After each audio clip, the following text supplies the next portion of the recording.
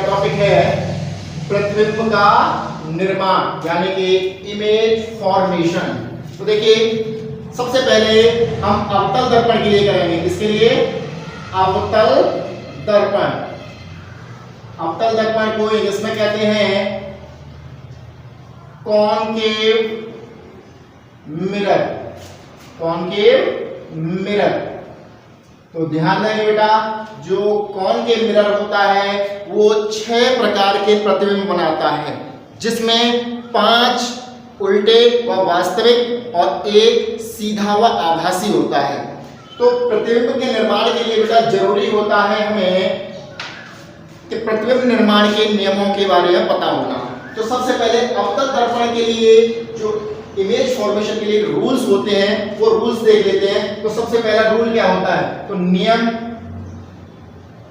देखेंगे कौन कौन से होते हैं बेटा। पहला नियम होता है, यानी कि ये मान लीजिए आपका क्या है, अवतल दर्पण है और ये अभिलंब है और ये इसका फोकस है और ये वक्रता केंद्र। तो ध्यान देंगे नियम नंबर 1 कहता है कि जब मुख्य अक्ष के समांतर कोई प्रकाश किरण आती है तो दर्पण से परावर्तन के पश्चात, दर्पण से परावर्तन के पश्चात फोकस से गुजरती है। कहां से? फोकस से गुजरती है। पहला नियम क्या कहता है, मुख्य अक्ष के समांतर आने वाली प्रकाश किरण दर्पण के फोकस से गुजरती है। दूसरा नियम कहता है कि दर्पण के फोकस से आने वाली, यानी कि ये इसका फोकस है और ये वक्रता केंद्र। दूसरा नियम क्या कहता है, दर्पण के फोकस से आने वाली प्रकाश किरण परावर्तन के पश्चात मुख्य अक्ष के समांतर चली जाती है। कैसे चली जाती है? फोकस से आएगी, परावर्तन के पश्चात कहां से जाएगी? मुख्य अक्ष के समांतर। और तीसरा नियम कहता है बेटा, तीसरा नियम कहता है यानी कि जब कोई प्रकाश किरण वक्रता केंद्र से आती है, वक्रता केंद्र से आती है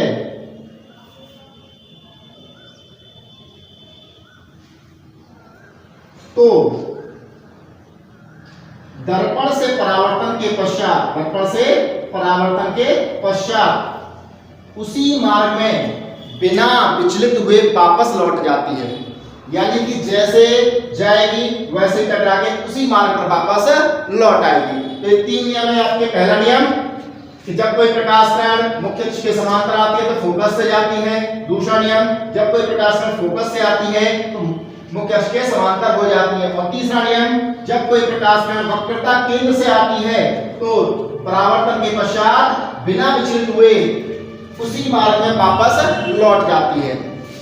तो इन्हीं नियमों के आधार पर बेटा हम अवतल दर्पण के द्वारा प्रतिबिंबों का जो निर्माण होता है उनके आरेख बनाएंगे। यानी कि जब वस्तु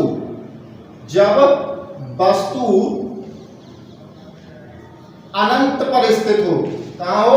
अनंत पर हो,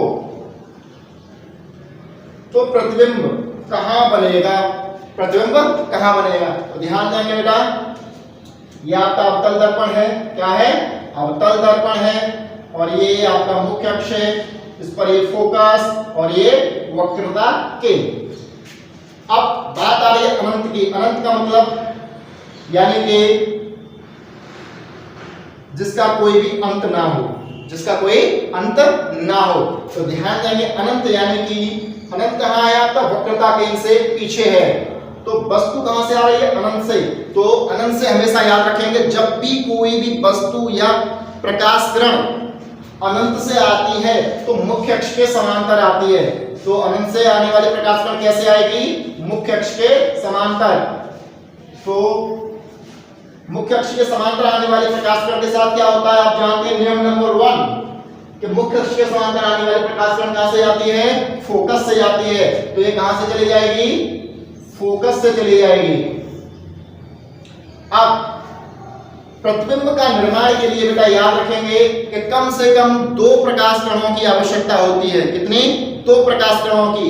तो दूसरी प्रकाश किरण के लिए हम नीचे से लेके आएंगे बेटा, तो ये भी अक्ष के समांतर आएगी, अक्ष के समांतर आएगी और परावर्तन के पश्चात कहां से जाएगी, फोकस से जाएगी। कहां से, फोकस से जाएगी।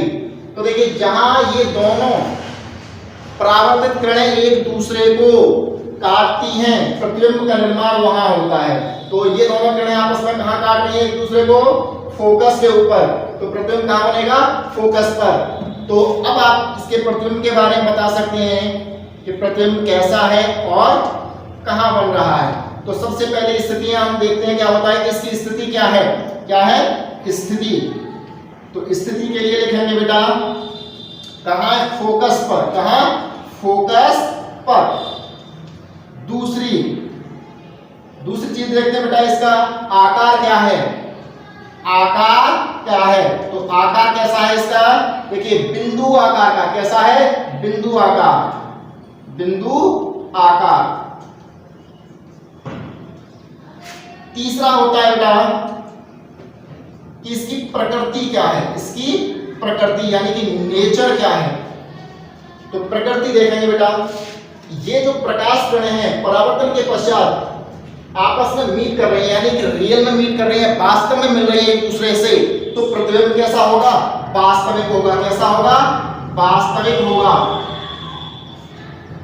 और जब प्रतिबिंब वास्तविक हो तो उल्टा होता है, ध्यान रखेंगे कैसा होता है, उल्टा।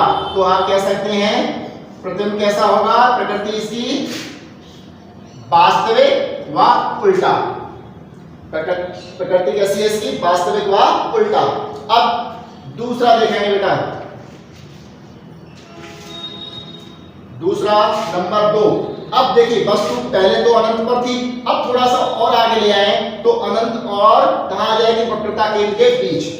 तो दूसरे के लिए करेंगे जब वस्तु अनंत व वक्रता केंद्र के मध्य हो, कहां हो, मध्य हो। तो ध्यान देंगे बेटा, दर्पण बनाएंगे सबसे पहले, ये इसका ध्रुव हो गया, ये फोकस और ये वक्रता केंद्र। अब वस्तु कहां है बेटा, अनंत और वक्रता केंद्र के मध्य। तो मान लीजिए कोई वस्तु है यहां रखी हुई है ए बी। अब वस्तु के सिरे से प्रकाश किरण हमेशा कहां से आती है, वस्तु के सिरे से, और वस्तु के सिरे से जाएगी कैसे, मुख्य अक्ष के समांतर। तो यहां से प्रकाश किरण कैसे जाएगी, मुख्य अक्ष के समांतर। आप जानते हैं मुख्य अक्ष के समांतर जाने वाली प्रकाश किरण कहां से जाती है, फोकस से गुजरती है। अब यहां प्रतिबिंब के निर्माण के लिए हमें दूसरी प्रकाश किरण की जरूरत है। तो दूसरी प्रकाश किरण कहां से आएगी, वस्तु के सिरे से आएगी। उसके लिए नियम का इस्तेमाल होगा बेटा, कौन से का, दूसरे नियम का। तो वस्तु के सिरे से फोकस की तरफ प्रकाश किरण जाएगी, कहां जाएगी, फोकस की तरफ। अब फोकस से फोकस की ओर आने वाली प्रकाश किरण कहां जाती है, मुख्य अक्ष के समांतर।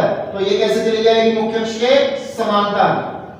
तो देखिए ये दोनों परावर्तित किरणें, पहली वाली ये थी मुख्य अक्ष के समांतर आई, फोकस से गई, और दूसरी कौन सी है, फोकस से आई और मुख्य अक्ष के समांतर हो गई। ये दोनों परावर्तित किरणें एक दूसरे को यहां काट रही हैं।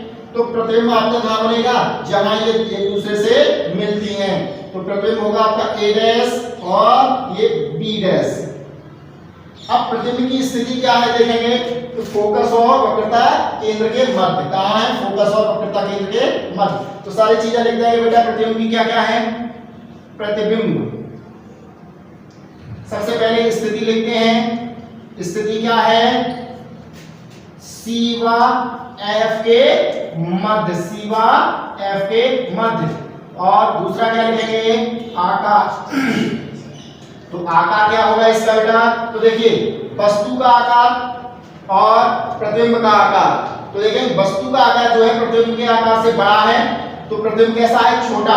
तो आप कह सकते हैं वस्तु से छोटा, वस्तु से छोटा।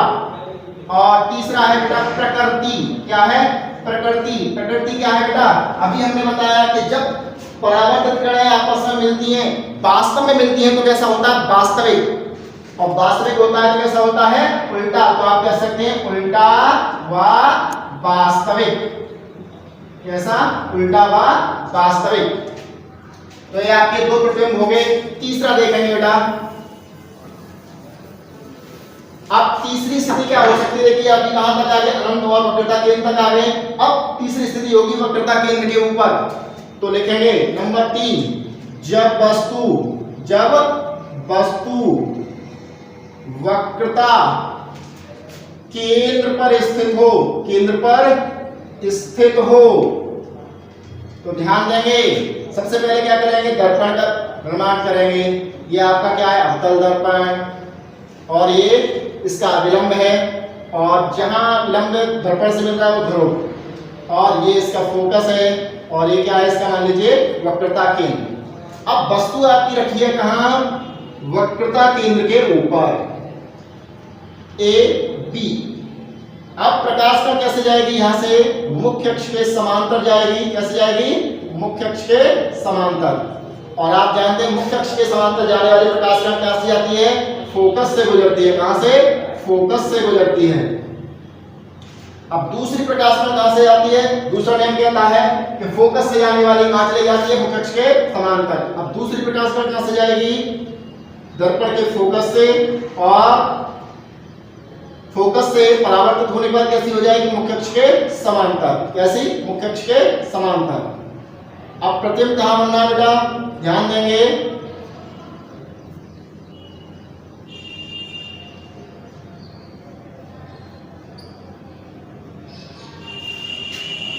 देखिए प्रतिबिंब बनाते समय हमेशा याद रखेंगे कि जब भी आप प्रतिबिंब का निर्माण करें इसकी दूरियों का विशेष ध्यान रखें। यहाँ हमने दूरियां जो है थोड़ा सा कम और ज्यादा ले लिए, इसलिए प्रतिबिंब इसके ठीक नीचे नहीं आ पा रहा है, वरना प्रतिबिंब कहाँ बनेगा? बिल्कुल ठीक इसके नीचे बनेगा, ए डैश और बी डैश। तो आप हमेशा जब भी प्रतिबिंब का निर्माण करें हमेशा क्या करेंगे? पैमाने से 2-2 सेंटीमीटर की दूरी मापेंगे, यानी फोकस दूरी 2 सेंटीमीटर लेंगे और फोकस से वक्रता केंद्र की दूरी भी 2 सेंटीमीटर लेंगे, क्योंकि दोनों की दूरियां क्या होनी चाहिए? समान होनी चाहिए, तभी आपका प्रतिबिंब एग्जैक्ट बनेगा। ध्यान रखेंगे, ठीक है। अब इसके बाद इस प्रतिबिंब के बारे में बताएंगे क्या क्या है प्रतिबिंब। सबसे पहली चीज हम बताते हैं बेटा स्थिति। क्या बताते हैं? स्थिति। तो स्थिति क्या है इसकी? ध्यान देंगे, कहां है? वक्रता केंद्र के नीचे। कहां?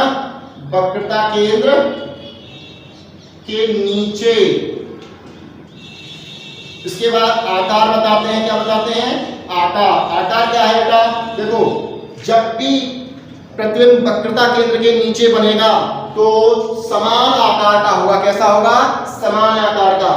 तो आप कर सकते हैं समान आकार। तीसरा है बेटा प्रकृति। क्या है? प्रकृति। प्रकृति क्या है? देखिए दोनों परावर्तित किरणें यहाँ आपस में वास्तव में मिल रही है एक दूसरे से, तो कैसा होगा? ये वास्तविक होगा। और प्रतिबिंब नीचे की ओर बन रहा है तो कैसा होगा? उल्टा। तो आप कह सकते हैं उल्टा व वास्तविक।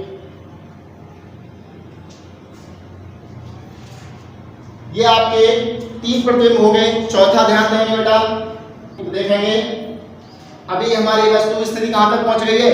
वक्रता केंद्र तक। अब वक्रता केंद्र के बाद कहां आ जाएगी स्थिति? वक्रता केंद्र और फोकस के बीच। कहां?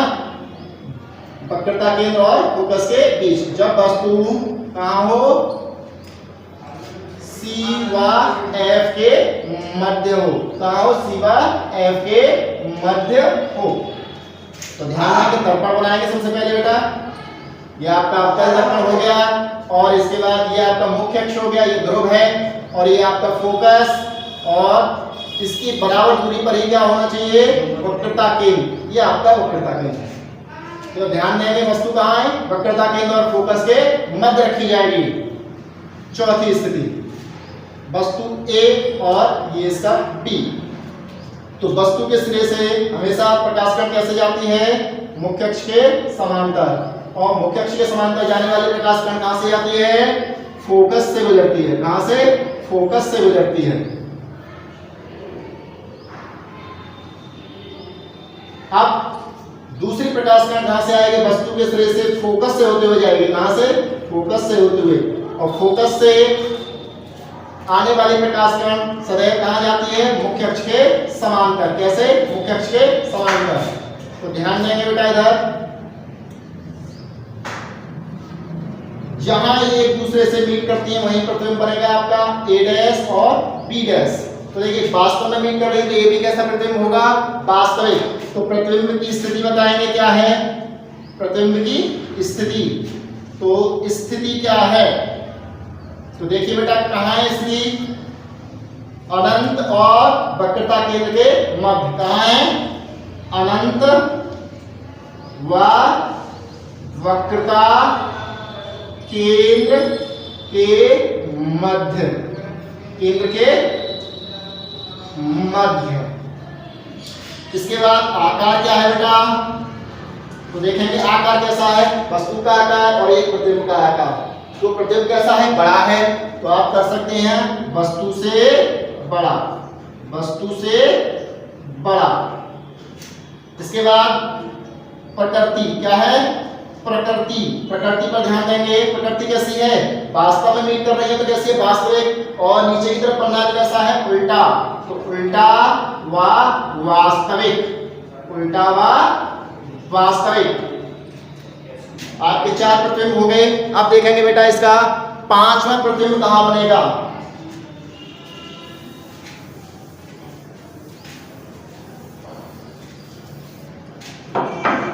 तो 5वें प्रतिबिंब के लिए बेटा वस्तु की स्थिति क्या है? अभी तक कहां तक पहुंच गए हम? वक्रता केंद्र और फोकस के मध्य। अब फोकस पर होगी 5वीं। कहां होगी? फोकस पर। तो आप कह सकते हैं जब वस्तु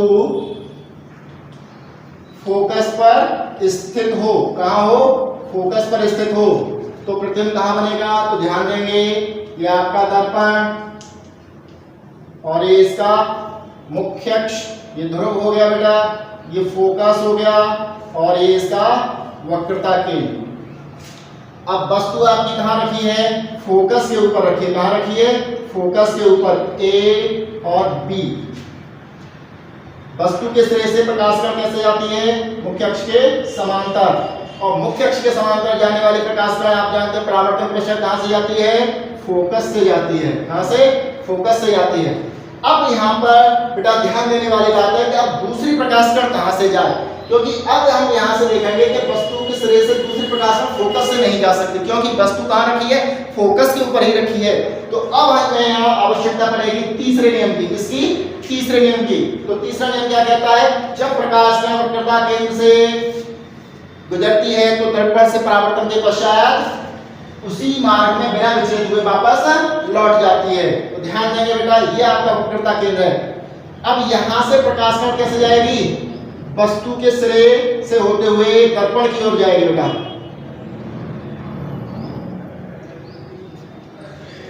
तो यहां ध्यान देंगे बेटा, अभी जो वस्तु के सिरे की तरफ प्रकाश किरण जा रही है आपकी, कहां जा रही है? वस्तु के सिरे की तरफ। अब वस्तु के सिरे से की तरफ जाकर ये क्या होगी? दर्पण से टकरा के परावर्तित होगी और परावर्तित होके क्या होगी? दोबारा लौट कर आएगी।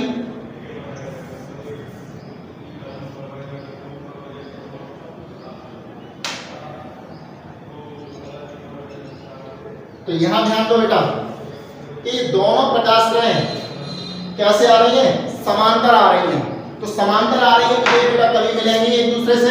समांतर जाने वाली प्रकाश किरणें क्या कभी मीट करेंगी? तो याद रखेंगे हमेशा जब भी कोई प्रकाश किरण समांतर गुजरती है या समांतर जाती है तो वो हमेशा कहां मिलती है? अनंत पर मिलती है। कहां मिलती है? अनंत पर। तो इसका प्रतिबिंब कहां बनेगा? अनंत पर बनेगा। कैसा बने? अब वास्तविक, क्योंकि रियल में हम इसको नहीं देख पा रहे हैं, लेकिन हमेशा याद रखेंगे कि समांतर जाने वाली प्रकाश किरण सदैव अनंत पर मिलती हैं। कहां मिलती हैं? अनंत पर। तो प्रतिबिंब आपका यहां बनेगा। तो याद रखेंगे, प्रतिबिंब लिख देंगे बेटा इसके लिए प्रतिबिंब। तो स्थिति सबसे पहले, स्थिति क्या है इसकी?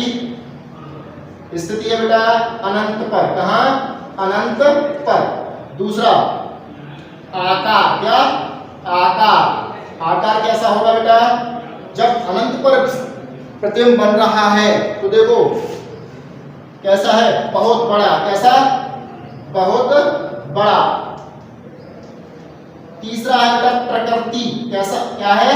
प्रकृति। इसकी प्रकृति क्या होगी? तो देखिए हमने बताया कि समांतर जाने वाली प्रकाश कणें सदैव अनंत पर मिलती हैं। कहाँ मिलती हैं? अनंत पर। जो अनंत पर मिलेंगी तो इसका मतलब वास्तव में मीट करेंगी और प्रतिबिंब कैसा होगा? वास्तविक होगा। और वास्तविक होगा तो कैसा होगा? उल्टा। तो लिख देंगे बेटा उल्टा व वास्तविक। ये आपके 5 प्रतिबिंब हो गए। छठा ध्यान देंगे बेटा आप।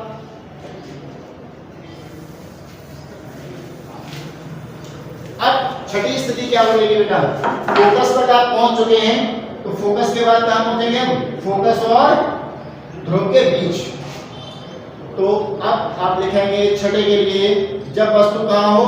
फोकस व ध्रुव के मध्य स्थित हो। कहां हो? ध्रुव के मध्य स्थित हो। तो ध्यान देंगे पहले दर्पण बनाएंगे।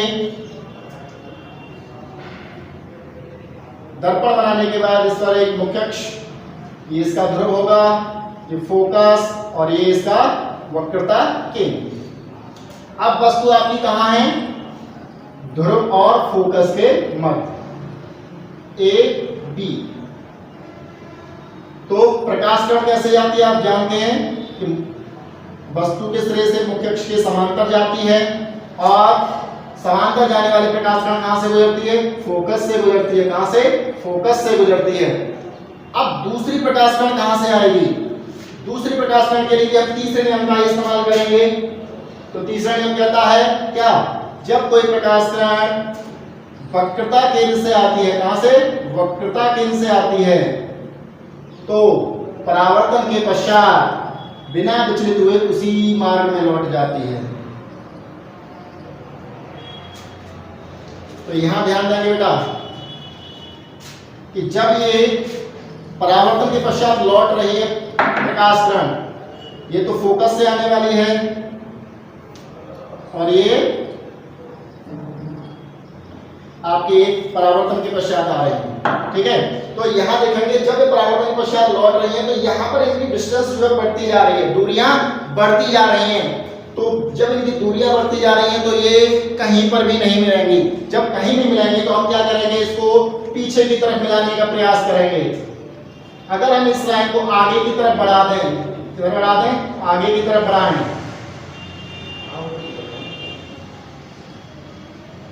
तो देखिए ये यहां एक दूसरे से मिलती हैं, यहां एक दूसरे से मिलती हैं। तो जहां एक दूसरे से मिलेंगी प्रतिबिंब का निर्माण आपका वहीं होगा।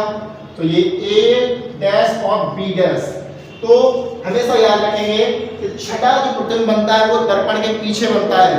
तो यहाँ प्रकाश किरण जो थी आपकी परावर्तन के पश्चात वास्तव में नहीं मिल रही, हकीकत में नहीं मिल रही है, उनको हमें मिलाना पड़ रहा है। एक तो जब प्रकाश किरण को मिलाना पड़ रहा है तो उनसे प्रतिबिंब कैसा बनेगा? वो क्या होगा? आभासी होगा। क्या होगा? आभासी। और आभासी होगा तो कैसा होता है? सीधा। देखिए ऊपर की तरफ बन रहा है, कैसा है? सीधा। तो देखेंगे प्रतिबिंब क्या होगा इसका? प्रतिबिंब सबसे पहले स्थिति क्या है बेटा?